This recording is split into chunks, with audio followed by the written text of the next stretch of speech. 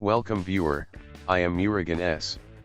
This video tutorial describes how to disable automatic driver reinstall on Windows 10. Type Advanced System Settings.